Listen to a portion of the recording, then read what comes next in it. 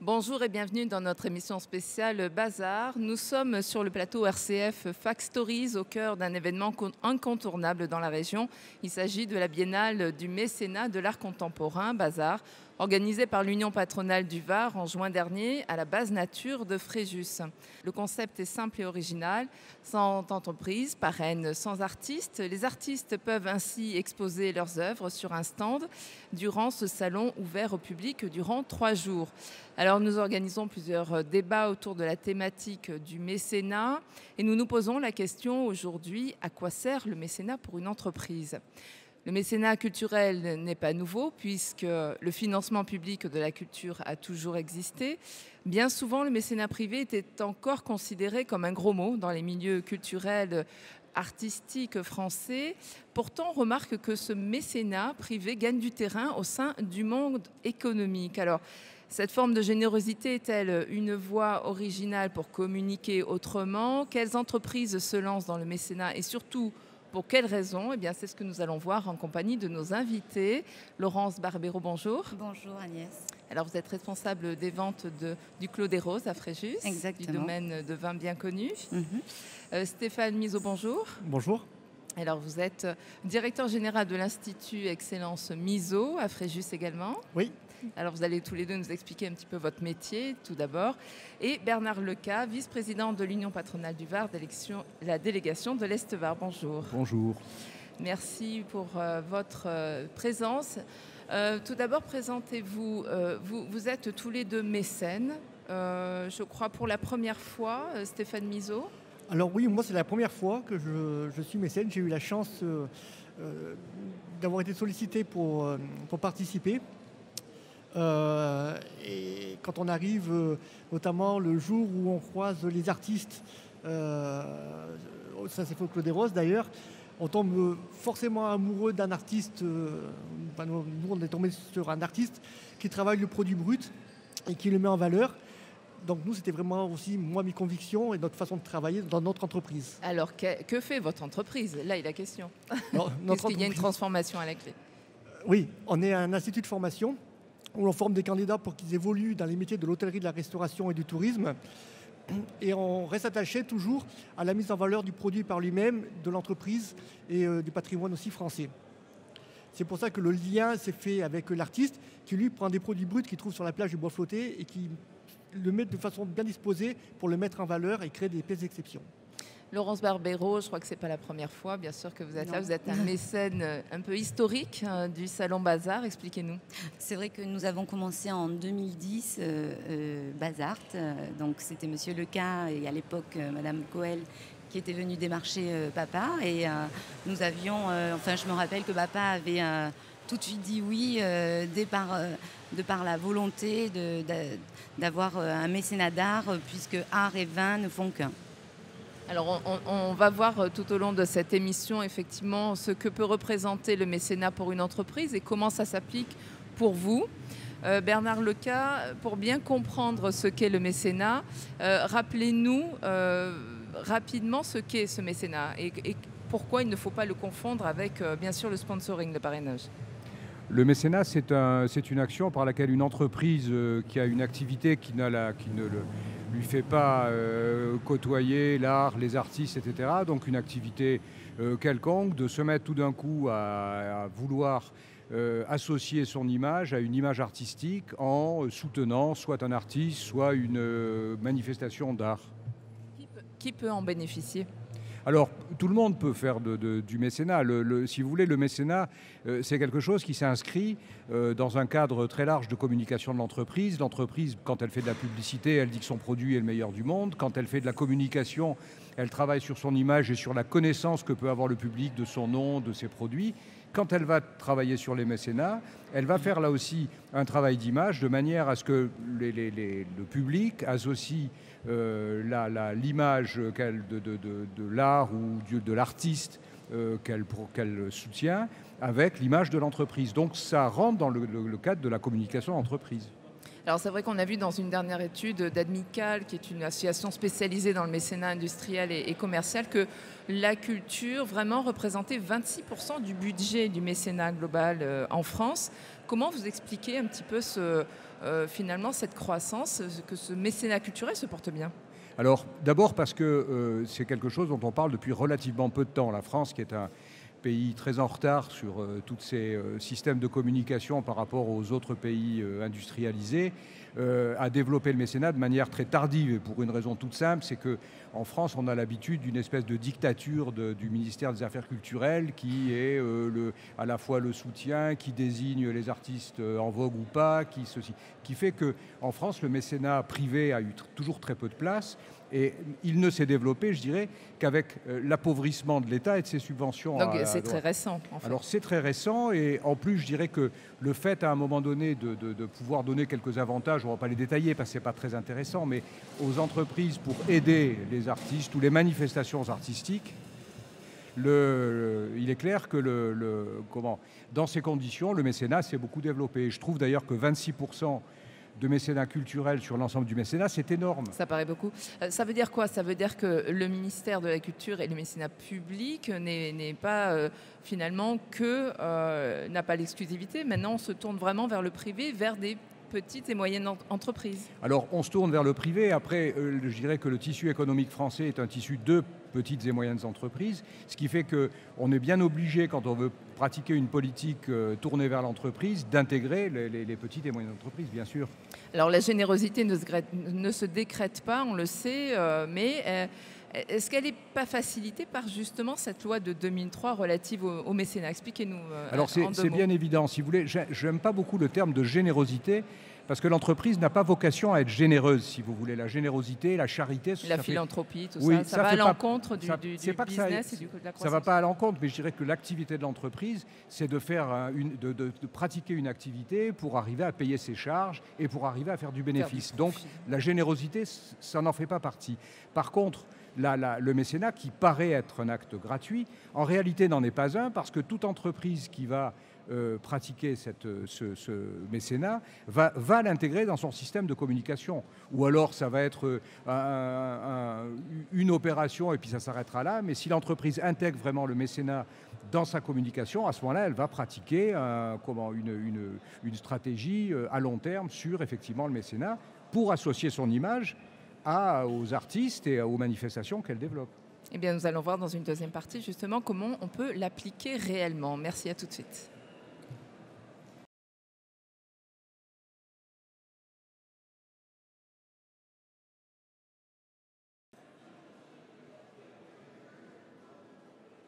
Nous sommes toujours en compagnie de Bernard Lecas, vice-président de l'Union patronale du Var, délégation de l'Est-Var, Laurence Barbero, responsable des ventes au domaine du Clos des Roses, et Stéphane Miseau, directeur général de l'Institut d'excellence Miseau à Fréjus. Alors, on essayait tout à l'heure de bien comprendre les ficelles un petit peu du mécénat. Tout à l'heure, on parlait de cette fameuse loi du 1er août 2003. En deux mots, voilà, elle consiste en quoi?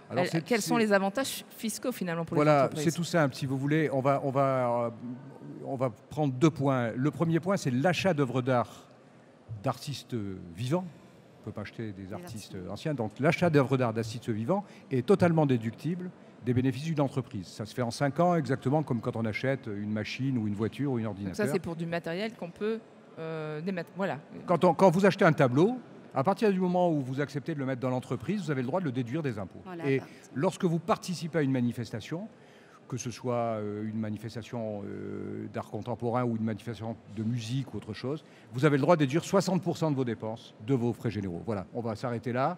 Donc ça, c'est l'essentiel de ce que dit la loi.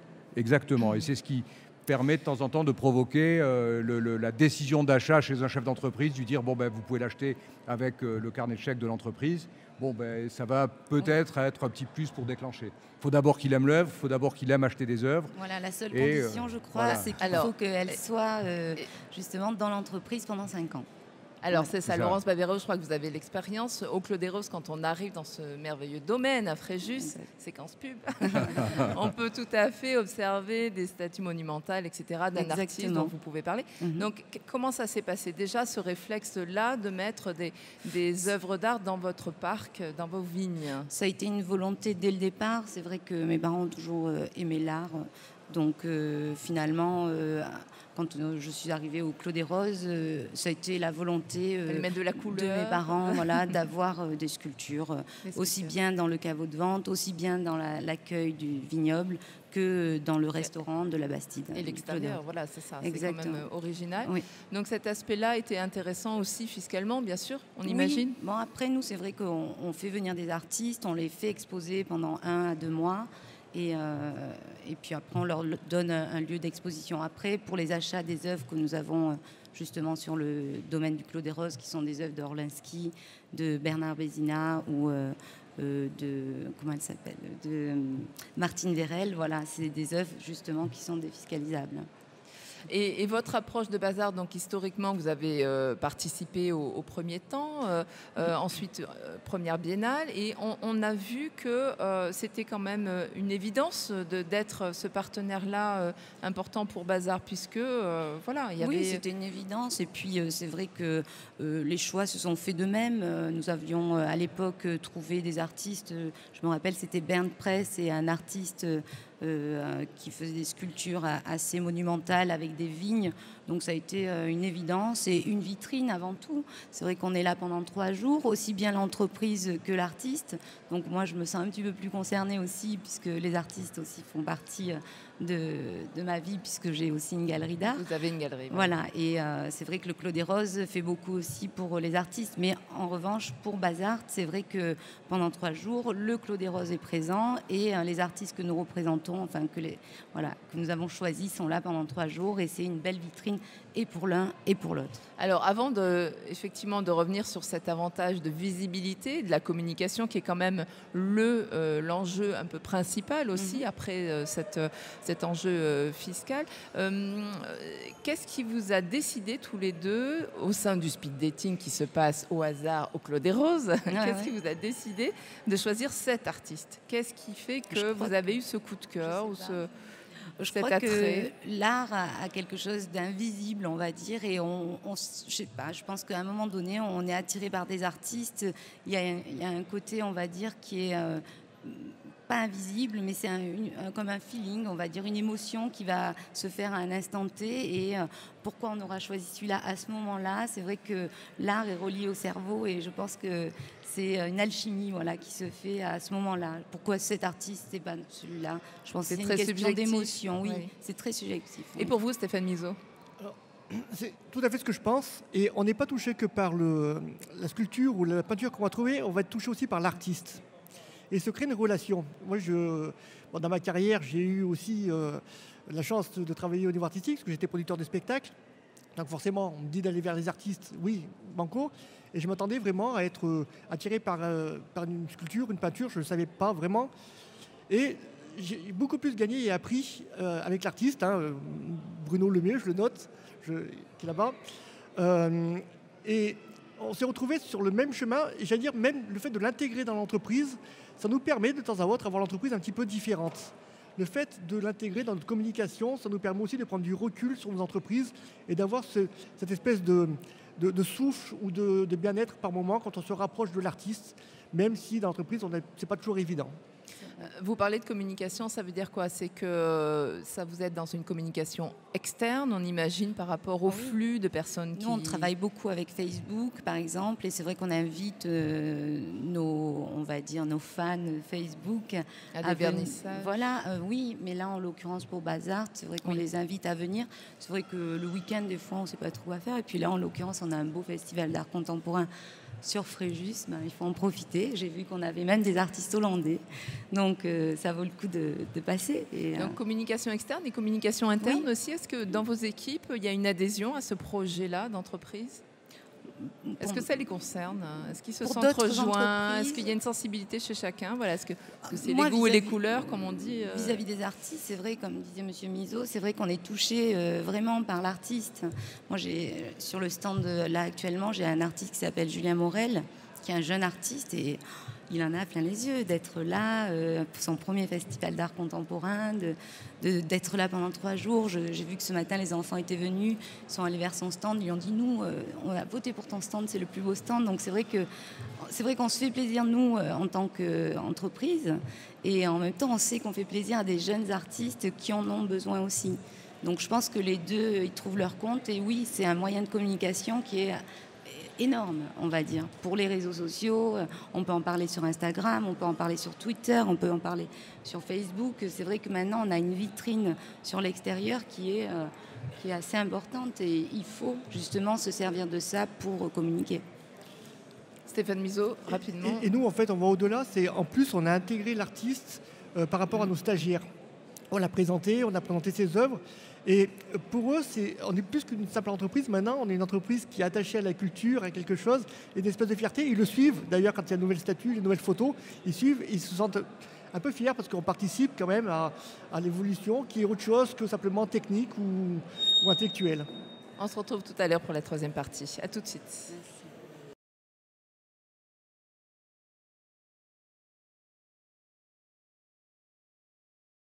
Le mécénat culturel à l'occasion de Bazar, qui est le salon du mécénat culturel et de l'art contemporain à Fréjus en juin 2016. Et pour en parler, nous sommes en compagnie de Bernard Leca, vice-président de l'Union patronale du Var, délégation donc de l'Est-Var, Laurence Barbero, responsable des ventes du Clos des Roses, un domaine donc fréjusien, et Stéphane Mizaud, directeur général de l'Institut d'excellence Mizaud à Fréjus. Alors, tout à l'heure, nous parlions vraiment du mécénat culturel comme un vrai outil de communication pour les entreprises, que ce soit de la communication interne, externe. On le voit aussi, Stéphane Mizaud, au sein... Alors, c'est votre première fois, on va dire, pour ce mécénat au sein de Bazar, mais est-ce que justement, après le speed dating, le choix de votre artiste qui vraiment fait des sculptures assez originales en fer forgé, en bois flotté, ça a été une adhésion de votre équipe également, ou est-ce que c'est uniquement la sensibilité personnelle du chef d'entreprise? C'est vraiment l'équipe. En fait, quand on est venu au speed de dating, là, on s'est séparés dans la salle et on est chacun parti pour choisir un artiste. Et après, on s'est regroupés et on s'est tous amenés vers le même artiste. Vers le même. Exactement le même. Et c'est pour ça qu'on l'intègre aujourd'hui complètement dans notre structure. Et pour nous, ce n'est pas un coup avec un artiste, ce n'est pas un one-shot. C'est pas un one-shot. L'artiste, pour nous, il fait partie aujourd'hui intégrante de l'entreprise. On va continuer de travailler avec lui. On va continuer de mettre en place des choses avec lui pour la communication également. On va l'intégrer dans notre système de communication. Et l'échange, il est durable. On crée un lien d'amitié. On a vraiment créé des liens d'amitié. Je ne m'attendais pas à ça, mais c'est assez intéressant parce que c'est vraiment avec l'ensemble de l'équipe. Donc ça va au-delà effectivement du choix pour l'événement Bazar. C'est vraiment dans le projet de communication d'entreprise sur l'année. Vous pensez déjà à des projets on pense à en commun? On pense à plusieurs projets. Notamment sur mon entreprise, on a une chaîne YouTube où on met en place souvent sur les formations. Vous êtes un communicant aussi. J'aime ça, oui. Il paraît, oui. Donc on a pas mal de choses. Et là, le projet, c'est qu'il puisse nous envoyer aussi, lui, des vidéos quand il monte ses sculptures et qu'on les mette vraiment sur YouTube pour qu'on puisse après les mettre sur les différents sites internet et qu'on voie l'artiste et la sculpture évoluer dans l'année. Laurence Barbero, vous aussi, c'est effectivement un projet sur du moyen-long terme, hein, pas vraiment court terme, enfin court terme pour 1 mois ou 2 d'exposition, mais après vous avez eu cette expérience-là de perdurer sur des projets beaucoup plus longs. Après Bazar Voilà, oui, exactement, oui. Avec vos artistes. Exactement, nous, c'est vrai que... Racontez-nous. Après le festival, c'est vrai qu'on offre la possibilité d'exposer pendant 2 mois ou 1 mois, on va dire, au Clos des Roses. On leur offre la possibilité d'être dans le vignoble et d'exposer leur œuvre. C'est parfois même des achats qui se font après. C'est ce que j'allais vous dire. Est-ce qu'il y a des retours? On parle de ROI, retour sur investissement en entreprise. Comme vous le disiez, c'est bien. C'est effectivement le chiffre d'affaires qui, en tout cas, le bénéfice qui peut faire vivre l'entreprise. Donc, il ne faut pas se voiler la face. Par contre, un retour d'expérience ou un retour sur ces investissement, et vous allez me dire s'il y a une prise de risque quand même. Vous l'évaluez comment? Est-ce qu'il y a une évaluation en communication, en marketing, en vente? Alors vous me disiez, il pouvait y avoir des ventes, Oui, ça pouvait arriver, mais il peut y avoir des ventes, pour mais l'artiste. en règle générale, c'est vrai que... Et pour vous personnellement, est-ce que vous en attendez quelque chose finalement? Disons qu'on veut perdurer quelque chose avec l'artiste. Après, c'est vrai qu'on invite aussi les personnes locales à revenir voir l'artiste. Je ne sais pas s'il y a vraiment un Sur retour site, sur investissement, à vrai dire. Vous en profitez pour faire connaître vos vins, on imagine. Exactement. Nous, on Voilà. invite nos clients à venir sur le domaine, à voir des sculptures, mais c'est vrai que la première motivation réelle, C'est pour l'artiste. c'est pour l'artiste, et puis c'est pour faire venir, et faire déguster Drainer, nos vins, nos cuvées, et, le restaurant et la salle événementielle. Drainer des personnes finalement qui ne seraient jamais venues, puisqu'on parle de duo improbable, c'est vrai. Possible, Parce que c'est vrai que quelque part cet artiste, hormis Bazar, peut-être vous ne seriez jamais connu, rencontré. Carrément, c'est sûr. Donc, que c'est vrai qu'il y a eu 2 ans, j'avais pu imposer un petit peu ma volonté. On avait pu avoir Richard Orlinski, qui est un des artistes les plus connus et les plus cotés dans la sculpture au monde. Donc c'est vrai que Monsieur Leca m'avait dit OK. Donc du coup, c'est vrai qu'on avait, et c'était une belle vitrine aussi pour Bazar. Tout à fait. Après, c'est vrai qu'on a des artistes qui sont très intéressants. Là, en ce moment, j'ai Antonius Drissen et un jeune ingénieur qui, à ses heures perdues, fait de l'urbex, donc des usines désaffectées, des lieux désaffectés, et où on voit le temps qui reprend ses droits, et donc qui s'appelle Sylvain Hérault. Donc voilà. Nouvelle expérience aussi. Nouvelle expérience, je pense aussi pour eux. Après, c'est vrai que c'est toujours des rencontres. On apprend toujours, de toute manière. C'est celui qui ne fait pas qui n'apprend pas. Et je pense que voilà, après, le Clos des Roses est impliqué et vraiment et à 100% dans la démarche Bazar. Pour vous, donc, première expérience de mécénat culturel, Stéphane Mizaud, dans cet institut donc, de formation, rappelons-le, dans le domaine de l'hôtellerie-restauration, pour les jeunes et même moins jeunes, qui veulent effectivement augmenter dans leur carrière. Est-ce que vous êtes dans cette synergie? Vous êtes parti pour quelques années. C'est vraiment Bazar pour vous une expérience assez positive qui, déjà, vous pouvez le dire, vous met sur ces rails-là de mécénat, parce que vous pouvez très bien, comme font d'autres Français, entrepreneurs français, mettre une part de votre chiffre d'affaires dans le social, dans le sport, comme le font beaucoup ici. Nous avons des équipes sympathiques en handball, par exemple. Non, voilà, on sait très bien que le côté caritatif ou sportif draine beaucoup aussi et plaît beaucoup à des chaînes d'entreprise. Pourquoi pas? Et pourquoi la culture, en fait? Ma démarche n'a pas été la même, en fait. Je n'ai pas tenu compte du financier ou de la défiscalisation, toutes ces choses-là. Je ne me suis pas posé la question du tout. Peut-être que je suis dans un concept un petit peu différent. Je suis en plein développement. C'est une nouvelle structure qui se crée. Et cette rencontre, en fait, ça m'a plus permis de prendre de la distance avec l'entreprise, avec les difficultés du lancement de l'entreprise, de sortir du plan quand j'avais des difficultés et de penser à mon artiste, de passer un coup de téléphone et de trouver des solutions différentes, des fois en dehors du quotidien. Ça a permis vraiment, dans mon développement d'entreprise, de prendre ce recul-là, un petit peu de sagesse. De souffle et d'oxygène, oui. C'était, voilà. Après, évidemment, oui, Bazar peut compter sur moi tous les ans, parce que je trouve que c'est magnifique. C'est très important, quand on est aussi chef d'entreprise, d'accompagner des artistes, et on a besoin des artistes. Ça nous amène un petit côté humain, malgré tout, aussi dans l'entreprise. Et puis on voit une évolution. Quand on a commencé Bazar, quand Bazar a commencé en 2010, c'était un petit peu avec les moyens du bord. Là, c'est vrai que moi, je reviens de Hong Kong il y a un mois, j'étais à un festival d'art contemporain, et finalement, il suffirait peu de choses pour qu'on y arrive, quoi. Donc je me dis, là, on est à 4... Une vraie progression. Vous voyez, et c'est quand même une plaque tournante, quand même. Je veux dire, vous avez quand même des artistes, des entreprises. Il y a tout pour faire quelque chose pour l'art à Fréjus, quoi. Bernard Leca, le mot de la fin, rapidement. Est-ce que effectivement le mécénat culturel d'entreprise a encore de beaux jours devant lui?